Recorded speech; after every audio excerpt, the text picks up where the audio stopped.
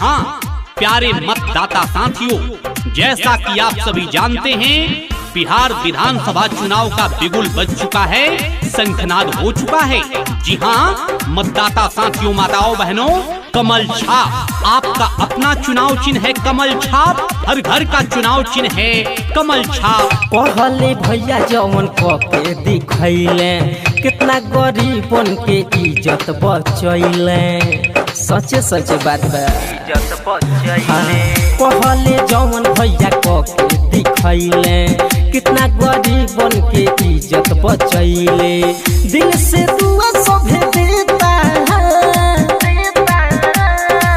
दिल से दुआ सभे देता। मंटुआ भैया बनी है विजेता, होंगे गरीबन के नेता। कृष्णा भैया बनी है विजेता, बनी विजेता भैया बनी है विजेता। बनी विजेता भैया बनी है विजेता, होंगे गरीबन के नेता। होंगे गरीब के चहेता, मंटुआ भैया बनी है